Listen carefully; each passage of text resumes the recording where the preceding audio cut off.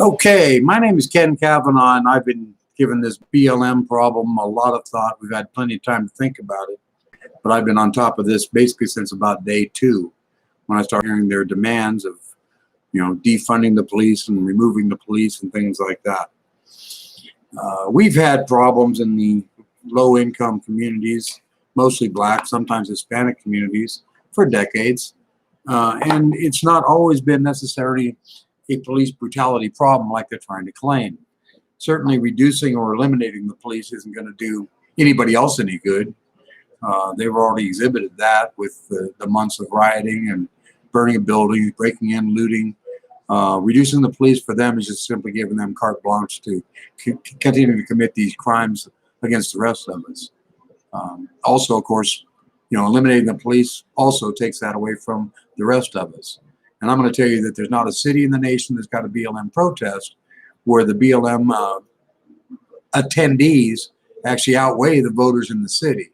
And there's been no citywide vote for any of these defunding or disbanding of police. So the Democrats are just simply caving in on them. But that's enough of a foreground. Pardon me, I do smoke cigarettes. That's just the foreground. BLM is complaining about police brutality. We're certainly seeing, some instances where the police may be crossing certain lines, but there's also a similar thread that's also occurring in these things, and that is that they all start by the suspect resisting arrest. Don't get me wrong, I'm not going to go down the GOP line and just say they're resisting arrest, so they're hardened criminals, so they need tough treatment. That's not where I'm going to go. I'm just trying to point out to you that that is a common thread in any case where police ends up killing an unarmed citizen. Is resisting arrest is always involved. Now, resisting arrest itself is going to have a number of reasons behind it, but in general, what Black Lives Matter is complaining about is the police are generally harassing them. I don't doubt that for a second. I believe that the police are harassing them. I've seen it myself, where a Black friend of mine trying to come over and visit, and I live in a predominantly white community, they complain about getting pulled over for no reason, just trying to approach my house. These sort of things need to come to an end. These are the small things. What we really need to do, people, is we need to be willing to actually open up these low income and high crime communities, take a look exactly what's happening inside of them. And I already have a pretty good idea. No, I don't live in a low income community, but I certainly have interacted with them. And I think as I go through this, a lot of this will actually start to come clear to you as we go through this. But essentially, in these low-income districts is where we're finding these police brutality complaints. In some cases, the unwanted police killing of an unarmed citizen, whatever they be, black, brown, yellow, red, or white. The ratio is actually 2 to 1 whites to blacks are getting killed. So, but that's beside the point. So as we take a look in these cities, where all of this crime is taking place, part of the argument that the Democrats and the Black Lives Matter have is the disproportionate incarceration of the Black community. And what they mean by that, I don't have the stats in front of me here, but last I heard, some 34% of people incarcerated are Black, yet they only make up around 12% of the national population. That is a disproportionate percentage. What the GOP responds back with is by saying, well, they commit more crimes. Well, guess what? That's correct too. When you actually go into these low-income communities, there is a lot of crime in these communities. Not because they're low income, not even really because they're Black, but there's going to be some contributing factors there. But actually just because of the crime that already exists in these communities. When we go into these communities and see the home invasions, the armed robberies, other such high-level crimes, we also know that there's drug dealing going on in these communities. And when you actually start to parse it all out, you'll find that the home invasions and the armed robberies, and looting for that matter, are all done by these drug dealers' gangs. See, what happens is the drug dealers start to make a lot of money in these communities, and the teenagers, the 16 to 17-year-olds, trying to make it their way through high school, so they can actually make a good life for themselves.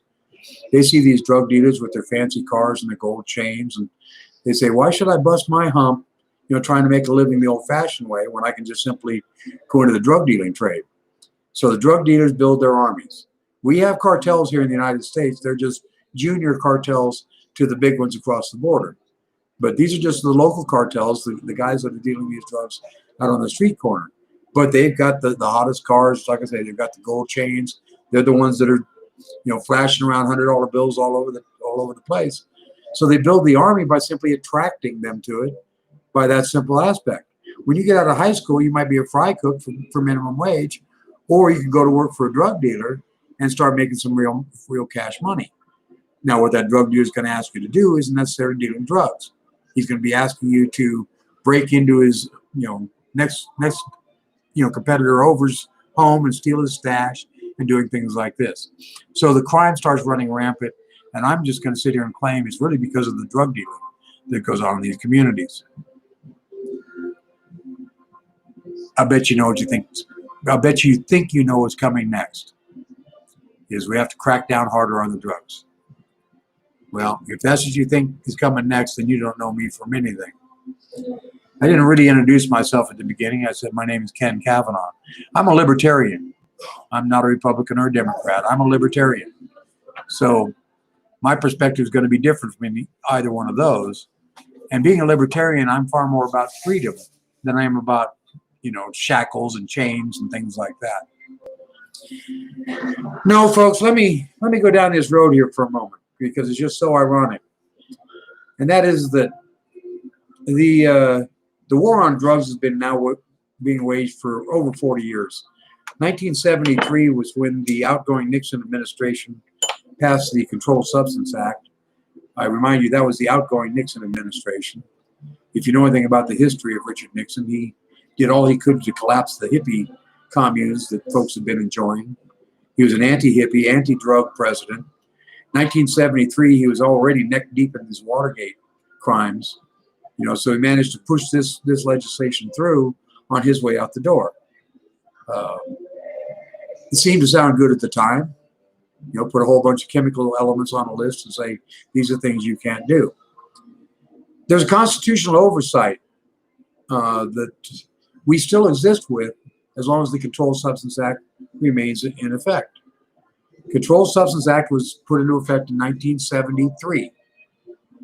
Just the year prior, 1972, was the Roe v. Wade ruling. Yeah, Roe v. Wade, yeah, abortion's legal, for everybody. Roe v. Wade was a lot more than just about abortion. The ruling in Roe v. Wade ruled that a person has dominion over their own physical being. And that's how abortions became wrapped up in that ruling, is because an expectant mother, of course, that's her own physical being. So the court says that she has dominion over her own physical being.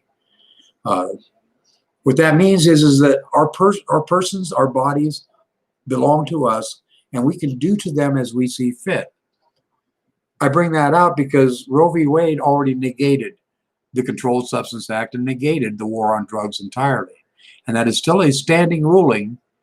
So essentially, now you see where I'm going, is essentially the Controlled Substance Act of 1973 has to be repealed because the Supreme Court has already ruled otherwise.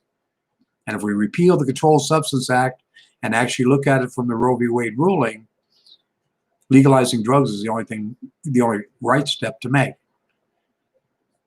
Now let me segue back into these low-income communities. What I was saying was that these low-income communities have got a lot of crime around it, most of them around their own local drug cartels. If we legalize drugs and do it right, the aim is to put these drug dealers out of business on these street corners. And if we put them out of business on the street corners, then the 16 and 17-year-olds won't have the desire to join up with them, to commit all the other crimes, the armed robberies, the home invasions, and things such as that. And we will be able to reduce crime generally in these neighborhoods across the board. But there's something else that goes with that war on drugs, and that is indeed the heightened awareness and heightened tension of the police that have to enforce these laws. Since out here in these low-income communities and these drug cartels, every third person's got a gun, in the middle of their back, right? Virtually any arrest that a policeman does, they have to consider that they are facing an armed drug suspect. So they are already at a heightened tension level when they're making arrests in these areas. For that, they're going to be treating their suspects more harshly because they don't know who's going to turn around and pull a gun out of their back or their ankle or something like that. So because of that very nature, the low income districts with their high crime, the police are simply trying to do their jobs, right? But it's not really the police's fault is really where I'm going to try to go with this. It's because of the fact that we're enforcing laws that really shouldn't even be on the books is really the problem here. So by legalizing drugs and getting rid of the armed robberies and the home invasions and the break-ins, the drive-by shootings that go with it, then the police can enforce the laws in these neighborhoods without necessarily having that high tension and alert level, because we're no longer looking at every third person, is thinking about killing a cop because they arrested his brother for pot possession. So in reality, legalizing drugs really should probably be the step that we need to take, because it will indeed get rid of 90% of the other crime in these neighborhoods. And like I say, it'll free up the police to focus only on the crimes of, well, basically a more injurious and damaging nature. Now, I know what some of you are thinking, legalizing drugs, good God, the man's crazy, so we're going to have suicides all over the place. Well, I've prepared for this too. There's basically two categories of suicides. There's the intentional suicide and there's the accidental suicide. The intentional suicides aren't going to change at all just because you legalize drugs, because only those people that intend to commit suicide are going to bother to try anyway. And if not drugs, they'll find a gun or a noose or jump off a cliff, or they'll find a way to commit suicide. So there'll be no increase in intentional suicides whatsoever. It's the accidental suicides that I guess crop up. But see, that's where we're not actually going all the way through the details of this plan. What you have to do is not like what we've done with pot. This is a complete failure on pot, because pot hasn't gotten rid of the black market, nor has it gotten rid of the street dealers in these low-income districts. What you have to do is you have to legalize drugs and manufacture them and retail them at or below street dealer prices. If we have to subsidize them for a period of time, well, we can certainly dissolve the DEA because we won't need them, and use that money to budget to subsidize the manufacture and retail sales of legal drugs. But that's really what we need to be focusing on, is how to provide the heroin, the cocaine, the methamphetamines by having manufactured products, as opposed to just simply having people slopping the stuff out there in the street. Because when it comes to accidental suicides, there's two ways you can accidentally suicide on drugs. One, by simply taking too much of it because you don't know and weren't told.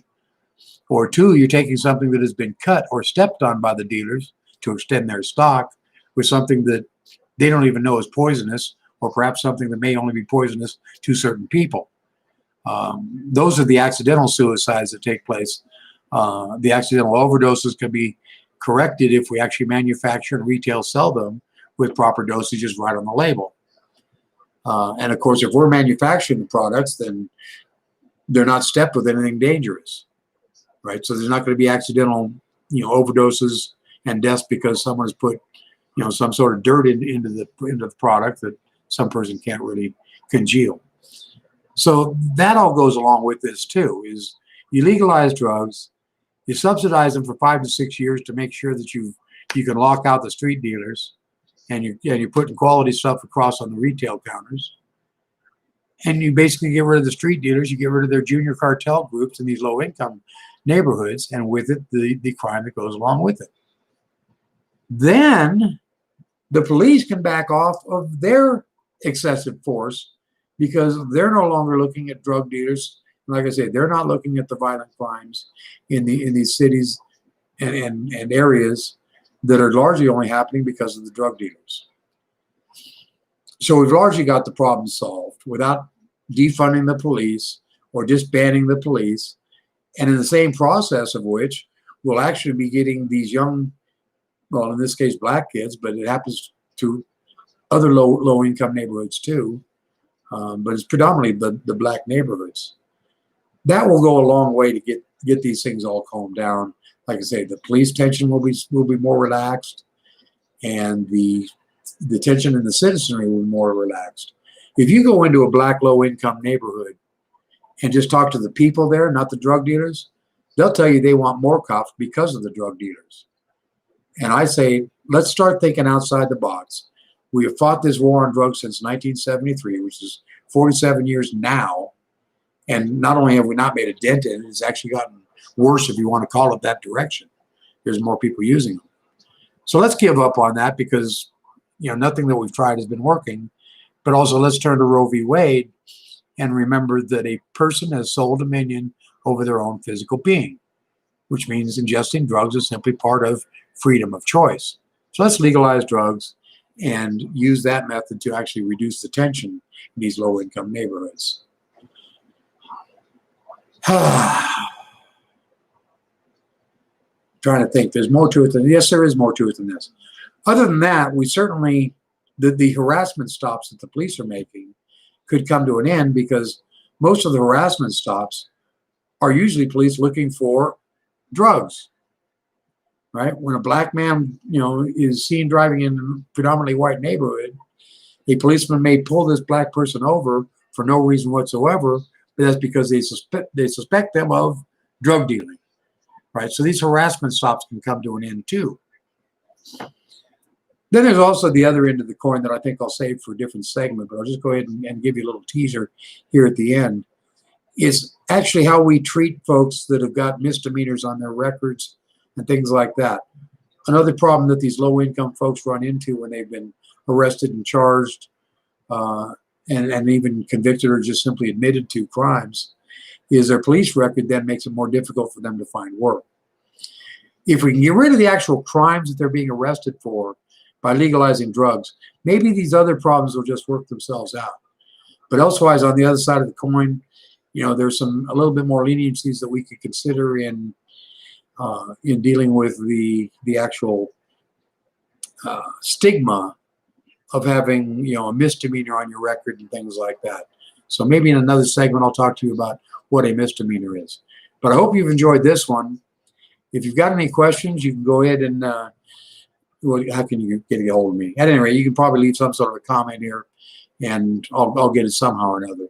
But generally speaking, folks, we really need to take a different direction on all this.